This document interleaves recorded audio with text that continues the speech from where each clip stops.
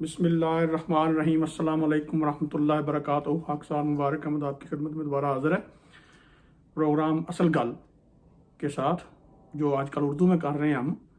उसमें हज़रत मसीह मऊद अलैहिस्सलाम पर जो एतराज़ किए जाते हैं, उनमें से जो एतराज़ात हैं उनमें का दूसरा जवाब दे रहे हैं आप दूसरे एतराज़ का।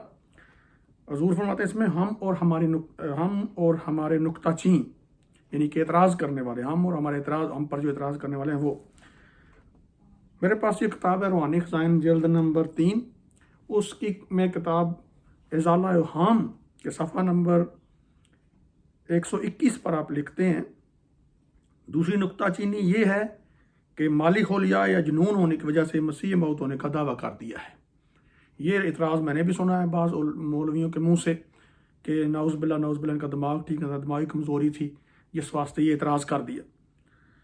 इसका जवाब आप ये देते हैं, हालांकि जुनून का आसार नहीं है, इसका जवाब ये है कि आप फरमाते हैं कि यूं तो मैं किसी के मजनून कहने या दीवाना नाम रखने से नाराज़ नहीं हो सकता, बल्कि खुश हूँ, क्योंकि हमेशा से नासमझ लोग हर एक नबी और रसूल का भी उनके ज़माने में यही नाम रखते आए हैं, और कदीम से रब्बानी मुसलहों को, जो मुसलहीन होते हैं, को कौम की तरफ से यही खिताब मिलता रहा है। और नीज़ इस वजह से मुझे भी खुशी पहुंची है कि आज वो पेशगोई पूरी हुई जो इब्राहीम में तबाह हो चुकी है कि मैं तुझे मजनून भी कहेंगे।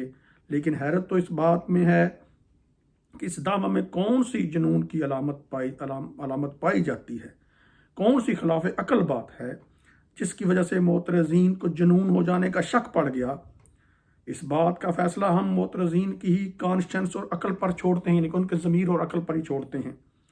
उनके सामने अपने बयानात और अपने मुखालफों की अकायात रख देते हैं, और हम दोनों ग्रोहों में से कौन मजनून है और कौन अक्ल सलीम, किसकी तर्ज तकरीर को मजानीन की बातों का मुशाबा समझती है और किसके बयानात को कौल मुवज्जा करार देती है। कहते हैं कि इसमें से ये करते हैं कि देखते हैं कि कौन सा जो मैं जो पेश कर रहा हूँ बात, जो दलाइल, वो अक्लमंद वाले हैं या पागलों वाले हैं, या वो लोग जो हमारे मुखालफीन हैं वो जो दलाइल पेश करते हैं वो अक्लमंदों वाले हैं या मुखालफों वाले हैं, जो बेवकूफ़ों वाले हैं। मेरा बयान मसीह मऊद की निस्बत, यानी कि मैं ये कहता हूँ, आप फरमाते हैं मेरा बयान मसीह मऊद की निस्बत, जिसकी आसमान से उतरने और दोबारा दुनिया में आने की इंतज़ार की जाती है, जैसा कि खुदा ताला ने अपने फजल व करम से मेरे पर खोल दिया है, ये है कि मसीह के दोबारा दुनिया में आने का कुरान शरीफ में तो कहीं जिक्र नहीं। कुरान शरीफ तो हमेशा के लिए उसको रुखसत कर देता है। अलबत्ता बाज़ हदीसों में जो इस्तारात से पुर हैं मसीह के दोबारा दुनिया में आने के बतौर पेशगोई बयान किया गया है। सो इन हदीसों के सियाक व सबाक से जाहिर है कि इस जगह दर हकीकत मसीह इब्ने मरियम का ही दोबारा दुनिया में आ जाना हरगिज़ मुराद नहीं, बल्कि ये एक लतीफ़ इस्तारा है जिससे मुराद ये है कि किसी ऐसे ज़माना में जो मसीह इब्ने मरियम के ज़माना का हम रंग होगा, एक शख्स इस्लाह खलाइक के लिए दुनिया में आएगा जो तवा और कुव्वत और अपनी मनसबी काम में मसीह बिन मरियम का हम रंग होगा।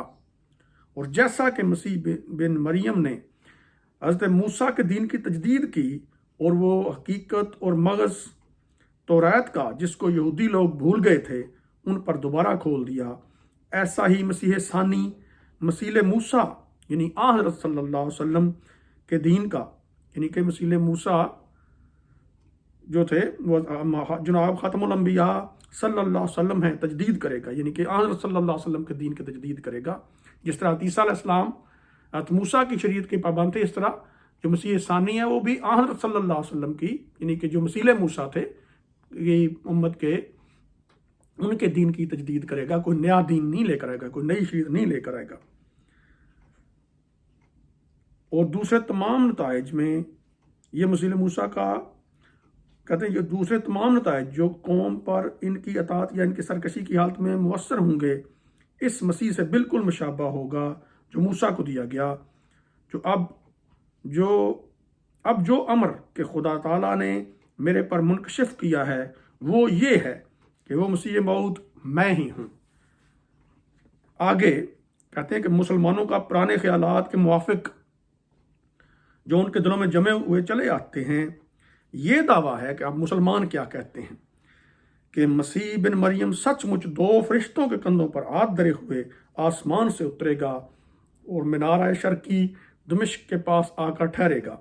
और बाज़ कहते हैं कि मीनार पर उतरेगा और वहाँ से मुसलमान लोग जीना वगैरह के ज़रिए से उसको नीचे उतारेंगे, यानी सीढ़ियाँ लगाकर, और फरिश्ते उस जगह से रुखसत हो जाएंगे और वो उम्दा पेशाकें पहने हुए उतरेगा, ये नहीं कि नंगा हो। और फिर मेहदी के साथ मुलाकात और मजाज पुरसी होगी, और बावजूद इस कदर मुद्दत गुजरने के वहीं पहली उम्र 32 या 33 बरस की होगी। यानी कि इतने साल से वो हैं, आए थे पहले 2000 साल, मगर उनकी उम्र पे कोई फ़र्क नहीं पड़ा होगा, बिल्कुल जवान होंगे। इस कदर यानी कितने सालों ने उनकी उम्र पर कोई असर नहीं किया, ना ही उनके नाखून बड़े होंगे, ना उनके बाल बड़े हुए होंगे। और जो आसमान से उठाए जाने के वक्त थे, जब आसमान पर उठाए गए, उस वक्त उनकी उम्र थी। और लेकिन ज़मीन पर उतर कर फिर तगय्युरात का सिलसिला शुरू होगा। वो किसी किस्म का जंगो जदल नहीं करेगा।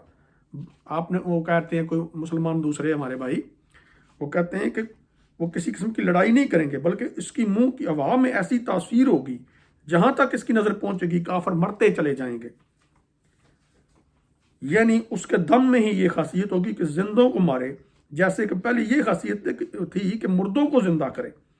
फिर हमारे उलमा अपने इस पहले कौल को फरामोश करके दूसरा कौल जो इसका नकीज है पेश करते हैं, यानी कि इसके जो मुखालफ है। एक तरफ ये कहते हैं कि उन्हें लड़ाई लगड़ा नहीं करेंगे, इससे लड़ाई नहीं होनी, बल्कि उनके मुंह के फूंक मारेंगे, सारे काफिर मरते चले जाएंगे। और दूसरी तरफ फिर ये एक और की दावी है, यानी उनका बिल्कुल उल्ट कहते हैं नहीं,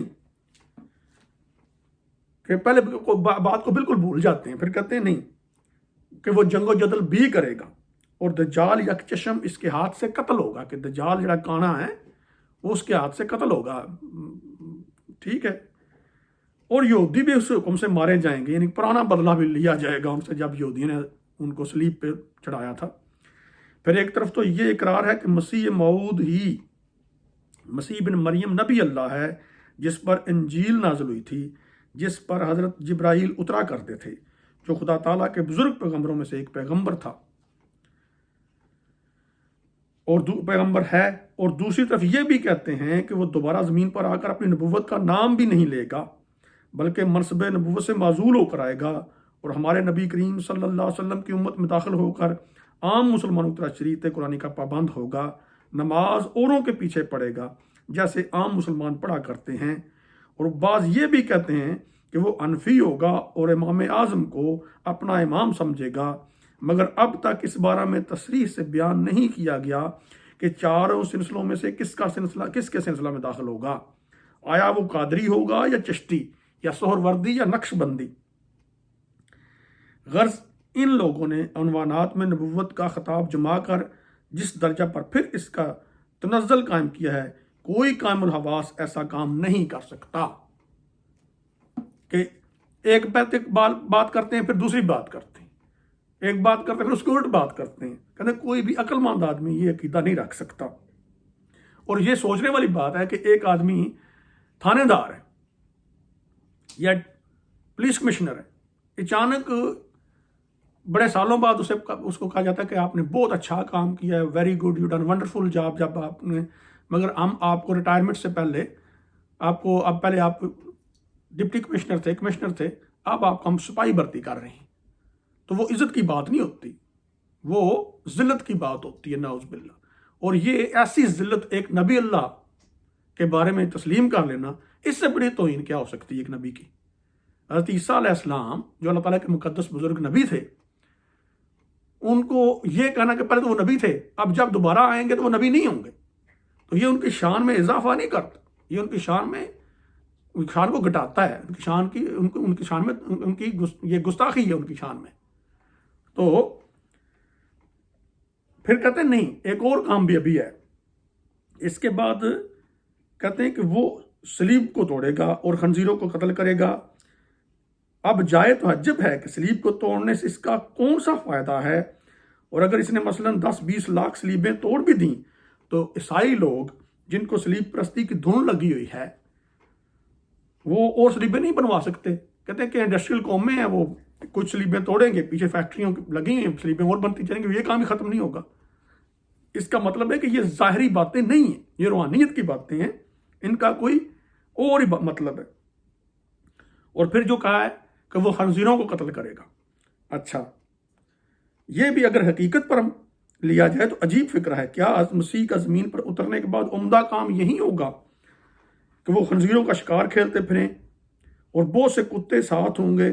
اور اگر یہی سچ ہے تو پھر سکھوں اور چماروں اور سانسیوں اور گنڈیلوں وغیرہ کو جو خنزیر کے دوست کو شکار کو دوست رکھتے ہیں، خوشخبری کی جگہ ہے کہ ان کی خوب بن آئے. کہتے ہیں کہ سکھوں، سانسیوں، چماروں اور گنڈیلوں وغیرہ کی ان بڑی یاری لگے گی، ان کے ساتھ بڑی دوستی ہوگی اس مسیح کے ساتھ. مگر شاید عیسائیوں کو ان کی اس خنزیر کشی سے کچھ چنداں فائدہ نہ پہنچ سکے گا. پھر عیسائیوں کو ان سے کوئی فائدہ نہیں پہنچے گا، کیونکہ عیسائی اقوام نے خنزیر کے شکار کو پہلے ہی کمال تک پہنچا رکھا ہے. بالفعل خاص لندن میں خنزیر کا گوشت فروخت کرنے کے لیے 1000 دکان ہے. اب دیکھ لیں، یہ آج سے تقریباً 125 سال پہلے کی باتیں. اور بذریعہ معتبر خبروں کے ثابت ہوا ہے کہ صرف یہی 1000 دکان نہیں بلکہ 25,000 اور خنزیر ہر روز لندن میں سے مفصلات کے لوگوں کے لیے باہر بھیجا جاتا ہے. یعنی کہ دوسرے جو چھوٹے شہر ہیں وہاں بھی خنزیر کو ایکسپورٹ کیا جاتا ہے. اب سوال یہ ہے، کیا نبی اللہ کی یہی شان ہونی چاہیے کہ وہ دنیا میں اصلاح خلق کے لیے تو آوے، مگر پھر اپنے اوقات عزیز کو ایک مکروہ جانور خنزیر کے شکار میں ضائع کرے؟ حالانکہ تورات کی روح سے خنزیر کو چھونا بھی سخت معصیت میں داخل ہے. یعنی کہ تورات کی روح سے بھی خنزیر کو ہاتھ لگانا بھی گناہ کی بات ہے. چاہ جائے کہ عیسیٰ علیہ السلام خنزیروں کو مارتے پھریں. اور کہتے ہیں پھر میں یہ بھی کہتا ہوں کہ اول تو شکار کھیلنا ہی کار بیکاراں ہے، یعنی کہ بیکار لوگوں کا، فضول لوگوں کا کام ہے. اور اگر مسیح کو شکار کی طرف ہی رغبت ہوگی اور دن رات یہی کام پسند آئے گا تو پھر کیا یہ پاک جانور جو ہرن اور خرگوش اور دوسرے جو چیزیں ہیں دنیا میں کیا کچھ کم ہیں تا ایک ناپاک جانور کے ہاتھ سے خون آلودہ کریں؟ ایک ناپاک جانور کے خون سے اپنے ہاتھ آلودہ کریں. یہ تھی، کہتے ہیں کہ اب میں نے وہ تمام حق کے جو میری قوم نے مسیح کی اس سونے کا کھینچ رکھا ہے جو دوبارہ دنیا میں اترنے کے بعد ان پر گزریں گے پیش کر دیا ہے. عقل مند اس پر غور کریں کہ کہاں تک اس میں خلاف قانون قدرت باتیں ہیں، کہاں تک اس میں اجتماع نقیضین موجود ہے. یعنی کہ ایک طرف ایک کھینچ رہا ہے، ایک طرف ایک کھینچ رہا ہے. ایک ہر بات ضد کی کر رہے ہیں. ایک بات پہلے کرتے ہیں پازیٹیو، دوسری نیگیٹو.